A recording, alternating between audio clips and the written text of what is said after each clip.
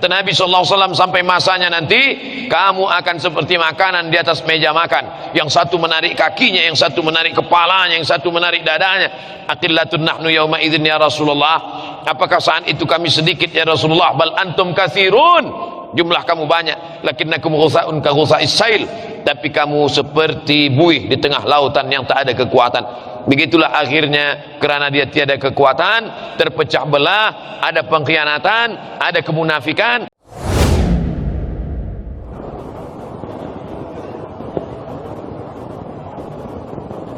Tumbuh tanaman, selepas itu dia akan bertunas, bercabang, berdaun, berbunga, berputih, berbuah. Selepas itu dia kemudian akan layu dan tumbang. Itu terjadi. Tumbuh tanaman Sayyidina Muhammad SAW diperjuangkan Khulafaur Rasyidin Abu Bakar, Umar, Utsman dan Ali. Kuat pada masa Bani Umayyah, jatuh Bani Umayyah, naik Bani Abbasiyah, jatuh Bani Abbasiyah. Islam tetap besar, hebat sampai kepada Mesir, jatuh. Berkuasa pula 700 tahun di Andalusia, jatuh di Eropa Barat, muncul di Eropa Timur Muhammad Al-Fatih. Sampai akhirnya pada tahun 1923 ditumbangkan oleh Mustafa Kemal Atatürk. Sahabat saya masa belajar kuliah, orang Turki, kata dia Mustafa Kemal Atatürk itu makamnya di atas tanah, sakaratul mautnya 6 bulan tak mati-mati. Lalu kemudian makamnya di atas tanah, bukan di dalam tanah, di semen, di atas tanah, di Ankara. Oleh sebab itu maka bagaimana bisa jatuh? Akibat umat Islam lemah, berpecah belah, sibuk dengan masalah khilafiyah. La tanaza'u, jangan kamu bertikai, berkonflik, berpecah belah. Fatabshalu, kamu akan gagal. Wa tadhhaba rihukum, kehilangan semangat. Oleh sebab itu belajar dari Turki Utsmani supaya Islam tetap kokoh, tetap kuat, tetap jaya. Itu menunjukkan istana-istana yang megah di Topkapi yang ada di Istanbul, yang begitu hebatnya temboknya, 35 hektar, dikuasai beratus tahun. Di dapurnya aja, tukang masaknya aja 1000 orang. Bayangkan begitu hebatnya, hancur berkeping, tumbang.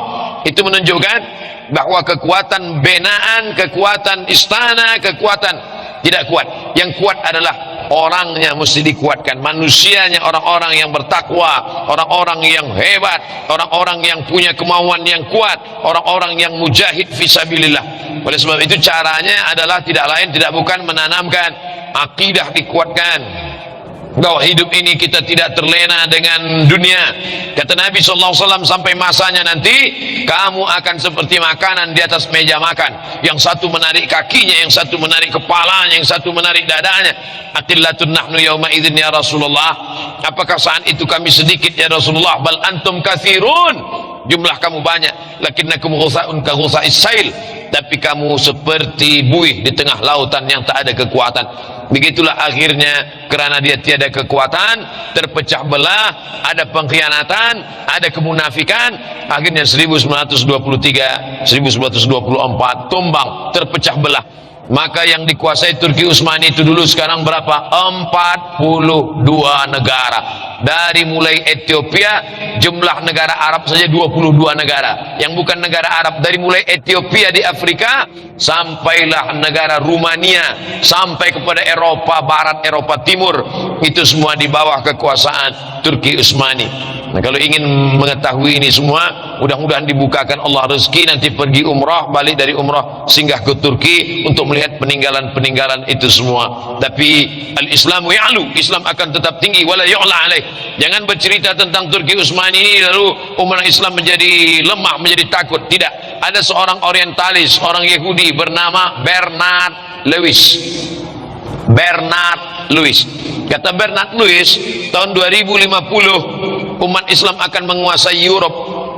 2050 Islam sudah berkuasa di Europe.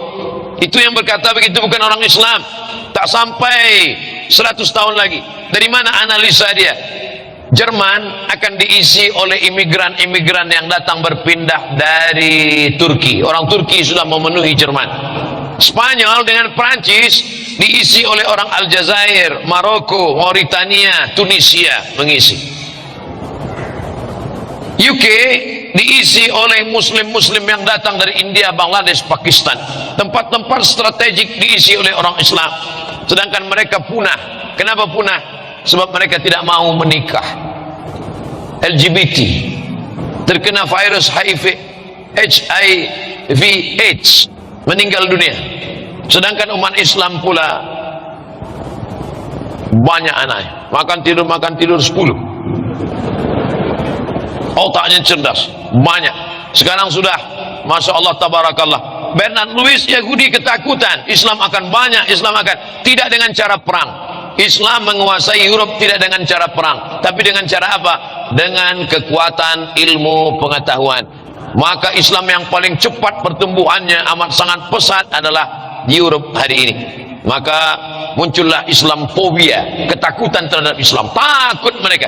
Maka dipancinglah Islam ini teroris, Islam ini fasis, Islam ini akan membunuh, Islam ini akan memancung. Tapi apa kata Allah? Wa makaru wa makar Allah. Mereka membuat tipu daya, Allah membalas. Wallahu khairul makirin. Allah itu amat sangat kuat balasannya. Maka begitu Islamfobia ditakut-takutkan, Islam kalau berkuasa akan membunuh, orang makin mencari-cari Islam. Maka berbondong-bondong orang datang ke Maghribi. Mereka datang dari Spain, datang ke Maghribi, bersyahadat ramai-ramai ke masjid-masjid masuk Islam. Khasnya lagi selepas peristiwa 11 September, ramai-ramai sebab mereka mencari Islam, mereka cari dakwah-dakwah Islam, mereka download buku-buku tentang Islam.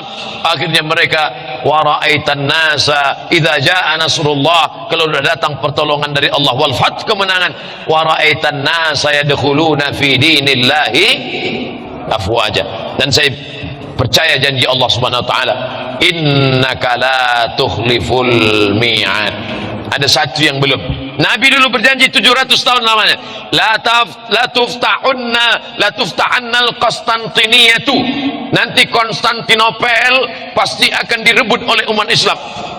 Wala ni'mal amiru amiruha, pemimpin panglima perangnya pemimpin terbaik. Wala ni'mal jaisu dzalikal jais, dan pasukan tenteranya adalah yang terbaik. Ketika Nabi berkata begitu, semua orang tertawa. Apa kata mereka? Majnun, gila, sahir, tukang sihir, kadzab, pembohong. Tapi 700 tahun kemudian, siapa yang menyangka ternyata persis seperti yang dikatakan Nabi SAW. Ada satu lagi yang belum terwujud janji Nabi. Apa dia? Rom itu adalah Europe. Itulah yang dikhawatirkan oleh Samuel Huntington dalam bukunya Clash Civilization.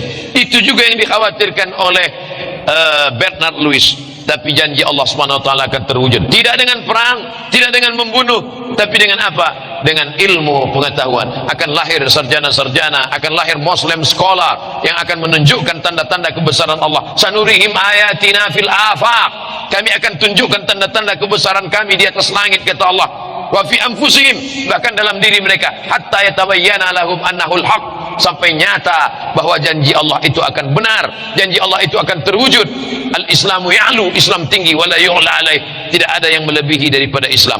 Insyaallah Allah akan menolong Islam. Islam ini pasti akan ditolong Allah. Andai kita tidak ditolong Islam, kita tinggalkan Islam ini, Islam pasti ditolong Allah. Yang jadi masalah adalah apakah kita masuk dalam catatan para penolong-penolong Islam. In tansurullah, Faiz qala Isa bin Maryam lil Hawariyin, ketika Isa berkata kepada Hawariyin, man ansari ilallah, siapa yang menolong aku menegakkan agama Allah? Qala al Hawariyun berkata, nahnu ansarullah, kami yang akan menolong agama Allah. Sekarang saya bertanya, ingatlah ketika Abdul Somad berkata kepada penuntut-penuntut di kuis, siapa yang akan menolong agama Allah? Tak ada. Kami yang akan menolong agama Allah, insya Allah kita akan tolong agama Allah. In tansurullah, kalau kau tolong agama Allah, yansurkum, Allah akan menolong kamu. Wa yuthabbit aqdamakum, Allah akan menguatkan kaki kamu. Allah tidak tanya berapa harta yang kau beri, Allah tak tanya apa yang sudah kau buat, Allah tak tanya berapa darahmu yang tumpah untuk jihad, tidak. Tapi yang ditanya Allah adalah apa yang sudah kau ikhlaskan untuk menolong agama Allah Subhanahu wa taala. Mudah-mudahan nanti kita termasuk yang boleh menjawab pertanyaan ketika berhadapan dengan Allah Subhanahu wa taala. Amin ya rabbal alamin.